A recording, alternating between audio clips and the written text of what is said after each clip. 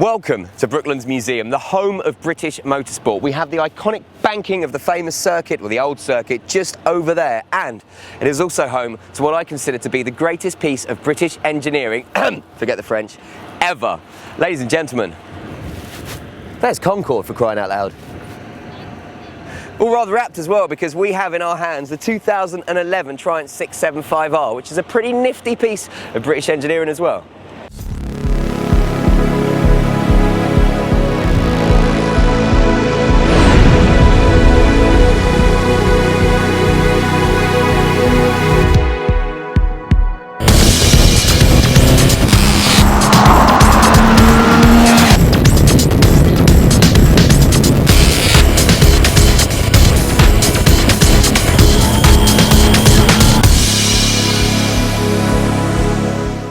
The bike costs £9,799, which seems a lot for a 600 Super Sport, and it is £1,400 more than the standard 675, but you get a hell of a lot of bang for your buck. So let's start with the Brembo front disc monoblock brakes. Not only do you get that, you also get Öhlins suspension throughout. I mentioned the rather snazzy, unique paint job with the exposed red frame here. Plus, my friends, you get a quick shifter, which will help all you budding track enthusiasts shave an extra few tenths of a second off your lap time. The engine is Triumph's inline triple-cylinder 675cc unit, which produces 126 brake horsepower, 115 at the back wheel, and 55 pound-foot of torque. But my goodness, it's not about the figures, it's about how it delivers that torque. It has almost a completely flat power band. It is unbelievable. That triple just lets it pull from about, well, tick over 1,000, 2,000 RPM, unlike most 600s that you have to get up to about 6,000 or 7,000 before you really start to get excited.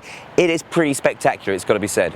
So what do all these new bits add up to? Well, it's got to be said, it has to be one of the best bikes I've ever ridden. And I'm not just saying that because I'm a big Triumph fan. You know I love my 600 Super Sports. Had a brilliant time on the ZX6R recently, the R6, and the new Gixxer 600, which is an incredible machine. But this is something else. To have a 600 that delivers so much power, so much torque, low down in the rev range, it means that you're not struggling to wind it up. You're not having to wring the neck of the bike from the word go to get the most out of it. If you wanted a bike just to literally race on track, this is probably one of the best track tools I've ever ridden.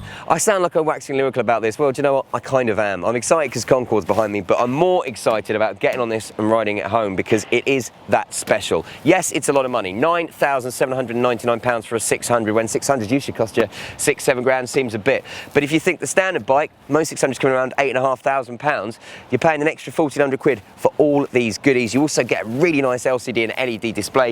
It, if you ask me, is a spectacular machine, and as much as I hate to say this, having plumped for the ZX6R in our recent kind of 600 shootout, and it's always been my favourite 600, I've got a new favourite super sport bike. It's this one, and I blooming well love it, and it seems fitting that we have it in white to stand in front of Concorde, because trust me, these are two great pieces of British engineering. And don't forget, if you want to check out more reviews, news and everything else we get up to, just head to bikechannel.com, and you can also add us on facebook.com/bikechannel or at bikechannel on Twitter.